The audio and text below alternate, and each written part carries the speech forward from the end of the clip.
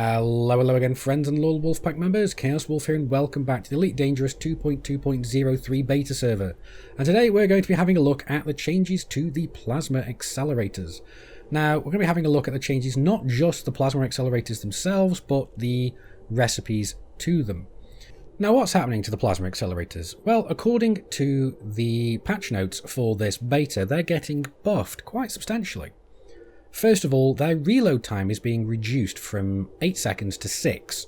So, doesn't seem like a massive amount, but in the heat of battle, those 2 seconds can be the difference between life and death. The next is that their damage is actually being increased by a flat 10%. Now, originally, apparently, this was supposed to be being increased by 30%, but I think too many people complained about it, so that this was reduced to a 10% increase.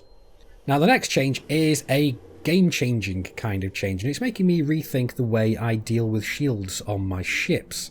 That's right, plasma accelerators are now going to be dealing absolute damage. What does that mean? It means that they're going to be ignoring resistances. So the damage that you see on their stats is the damage that's going to be going over to the shields and the ship, which is going to mean that plasma accelerators are going to be becoming a lot more prevalent in the game, so that's going to be amazing. Because plasma accelerators, they're really good, but they're not used as much as they could be.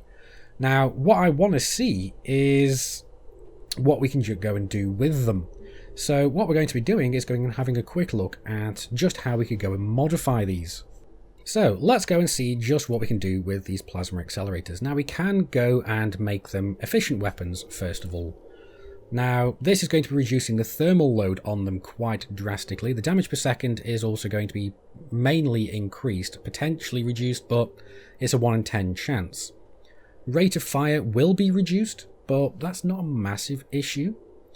Damage itself will also be increased, so this is just going to synergize with the damage per second, although people are telling me that these kind of things are intertwined. I don't understand quite how it works, so I'm not going to comment on it too much. Power draw is also going to be reduced, and the distributor draw is going to be reduced. So this is kind of nice. But the rate of fire reduction is going to be interesting. So, but with big weapons like this, a 5% reduction is not going to mean that much. Next, we can have a look at the focus weapons. Now, this is going to be increasing the damage per second and also the damage. So, again, intertwined somehow. And the rate of fire is going to be reduced. Thermal load is going to go up, but armor piercing is going to go up. Not sure. I'm pretty sure that armor piercing is not going to be affected by the absolute damage. I'm not sure. So, not sure how that's going to work with plasma accelerators. We're also getting the breach chances as well. So, maybe that's critical hits or something. I'm not sure exactly how that works. Next is the lightweight weapons, so reduction in the mass, reduction in integrity, power draw and distributor draw go down. So, standard things here. But this is what I find interesting. And this is the long-range weapons. Yes, we're getting the maximum range increase, but this is not something that really bothers me. Because with these huge weapons, we can hit something 4 kilometers away. If we hit the maximum to this, we could technically go and hit something 8 kilometers away from the ship. However, how often are you going to hit those shots? Almost never. But that's not the reason I'm looking at this. What I'm looking at is the increase to shot speed. Now, what this means is the travel speed of the projectile itself is going to be increased from anything between 50 and 100%. And I'm liking this. Why am I liking this? Is because the main issue that I find with plasma accelerators, I love them, but the main issue I have with them is that they take a long time. They travel too slow. Is my issue. They take a long time to get to the target. So if the target is maneuvering heavily, you're going to be finding it very difficult to land those shots. Before that, for the ability to hit more consistently, because that's what this will be, if the shell is travelling faster, you're going to be hitting more consistently. We're going to be getting a reduction to damage of anything from 11 to 15% on both the damage per second and the damage, so that's going to kind of work together. The mass is going to go up and the power draw is going to go up. So, is this worth it for you? I'm not sure. We're going to go and test it in the future, but we'll see how it goes. Next, we can also go for overcharged weapons, which is going to be increasing the damage per second, increasing the damage, so again, working together, Distributor draw is going to be going up, and the ammo clip size is going to be reduced. Now, there is a way around this, which we're going to have a look at in a minute. We can also go for rapid fire modification. So, damage per second is going up, rate of fire is going up, individual damage per shot is going to be going down, the jitter is going to be going up, so it's just going to be increasing the spread of the shells as they are, so they're not going to be as pinpoint accurate. So it's going to make this more of a close range weapon. Distributor draw is also going to be going down, and the reload time is going to be going down, so that's going to be nice as well. Next, short range blaster. So reduction to the range of 75 to 50% or 50 to 75, however you like to say it. Damage going up by anything up to 40 on both the damage per second and damage. Thermal load is going to be going up between 39 and 50, and integrity is going to be going down, so that's not perfect. And last, but by certainly no means least, we're going to be getting the sturdy mount.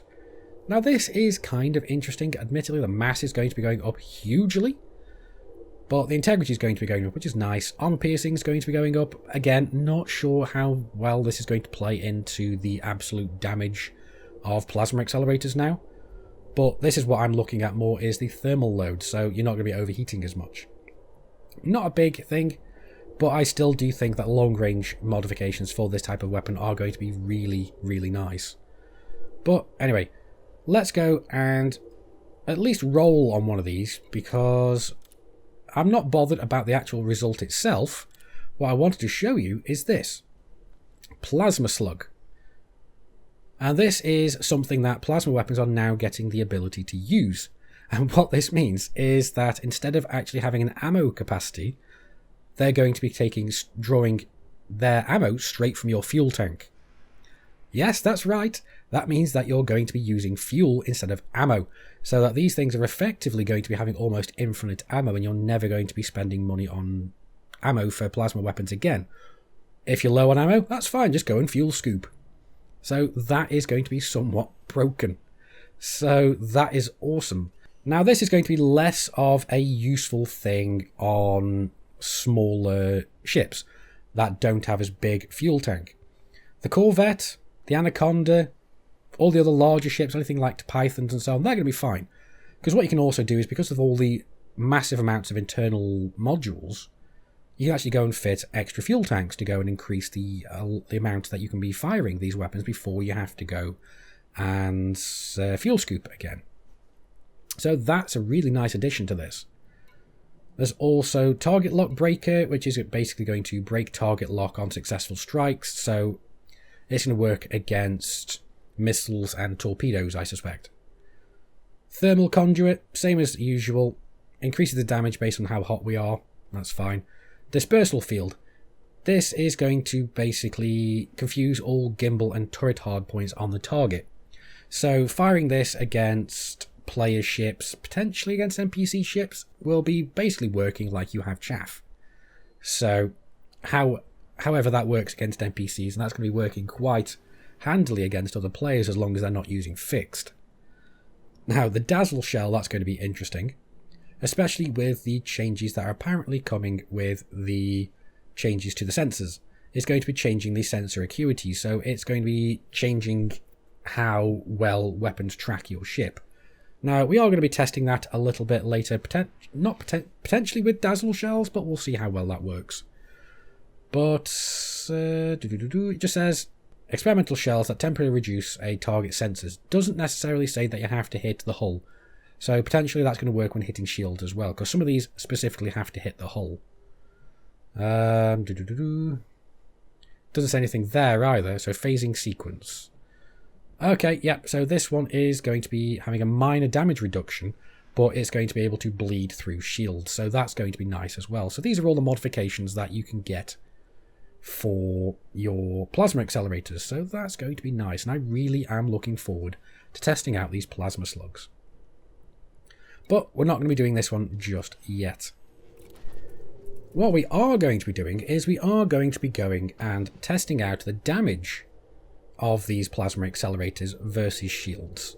So as you can see right here, as from my previous video where I had modified up some shields. So as you can see from my previous video where I went and modified up some bi-weave shields, I've gone and replaced them with some standard shields here. So what we're going to be doing is using these to go and basically test some damage against. We're going to use some standard shields here, and then we're going to go and modify up the shields for resistance to go and see just what happens, to see if it makes any difference or not. And then we're going to go and fire against another commander who's gone and got prismatic shields. So we're just going to test resistances versus pure megajoulage. So let's go and see what happens. Alrighty guys, so here I am sitting with Commander Cosby, and what we're going to be doing is just testing out these plasma accelerators versus each other's shields. Now, Commander Cosby here, he's got some prismatic shields and I've got the standard shields. So what we're going to be doing is we're going to be having a look at each other's shields, and then we're going to be taking a look at what percentage they are in the contacts panel after we've taken a shot at each other. Just so we can kind of work out what these are. We'll do this a couple of times to get a rough idea of what's going on. So first of all, what's going to happen is I'm going to get Commander Cosby to fire at me and let me know what percentage of shields I'm on after he's hit me with 2 plasma shells. Now, Commander Cosby has gone and upgraded his plasma accelerators to overcharged, so this is going to skew things a little bit. So, you want to go take this away, Commander Cosby? You want to say hi to YouTube as well? YouTube. Very eloquent. I hate the sound of my own voice, so I'm probably not going to talk much. Well, I'm pretty sure people are going to love the sound of your voice. I know I do. But anyway, have you got me targeted, and are you checking out basically looking over at me in the contacts panel, so you can tell me what my shields end up as? Okay, because this is going to be the most accurate way. Because this will be the most accurate way of testing this out. So, when you're ready, fire on my shields with both your plasma accelerators and let me know what my shields end up going down to. Alright. Warning, thermal attack. Gaining heat. They went down to 51%. Okay, so that was 49% of standard 7A shields. So that's kind of nice, really, in a way. That's, for 2 huge plasma accelerators against a Corvette standard shields, that's virtually half. So you can virtually 2-shot my shields. So that's really nice. Let me just go and bring my shields back up again. I've actually one-shot a Type 9 with this. Very nice. Although, it's not really surprising with the Type 9s because they're going to be mainly not set for shield strength. Now, you have got prismatic shields, and these are these ones haven't been modified, these particular ones you've got? No, they haven't. Alright, and you have got all your shield boosters turned off, because that's what I've got as well. I forgot to mention that earlier.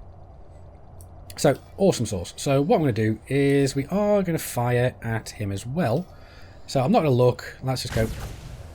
There we go. That's taken his shields down to 50%. Now bear in mind that these plasma accelerators that I'm firing are non-modified. These are completely standard. So it seems that we're doing the same amount of damage regardless of whether or not they are prismatics or standard. Alrighty, so that was basically just going and having a quick look at firing the plasma accelerators at standard normal shields and standard prismatic shields. So what we're going to go and do now is we're actually going to modify up these shields wherever they are. There we go, shield generators. And have we got anything that's just standard resistance augmented? But I think we'll have to go for the thermal resistance, because I do believe plasma accelerators are mainly thermal. They do have some kinetic, but they're mainly going to be thermal damage. So let's go and see how this goes. And this is actually quite nice to see as well, that the grade 5 thermal resistant shielding doesn't just increase the thermal, reduce the kinetic, but it also increases the integrity of the shields now, which is really nice to see. So let's go and see what we get. Yeah, that's not the greatest. We want to go and get this up to absolute maximum if we can. Maybe even beyond that if it's at all possible. Wow, despite all of those. But let's try that again. Alrighty, so that is... wow, that is actually quite nice. That's supposed to be up an increase of over about 40-something%, but that's actually, it looks like it's going up to 60, so that's quite drastic. So let's go and apply this one. We've also got more explosive resistance, more kinetic resistance, more thermal resistance there. Integrity's gone up even more, mass has gone up a little bit, but we've got a lot of resistance here. Obviously the kinetic resistance has gone down, but let's just go and see if any of this makes a difference to us getting hit with those 2 huge PA shots. So we're back outside again with Commander Cosby, and as you can see I've swapped over to my thermal resistant shielding, and he's swapped over to his heavy duty shielding. So he's got a lot more megajoules and we've got a lot more resistance. So what we're going to go and do is we're going to have him fire at us again to start with, and as you notice we've still got 0 pips into systems just because this is just a flat test. So we're going to go and see how well this goes. So he's going to fire at me and we're going to go and see at what percentage my shields drop to. So whenever you're ready, Commander. Alright. Warning, thermal attack. Gaining heat. Drop to 52. Yeah, was that just the one plasma accelerator or was that both? That was 2. That was 2. Alright, okay, because on my screen it looked like just the one.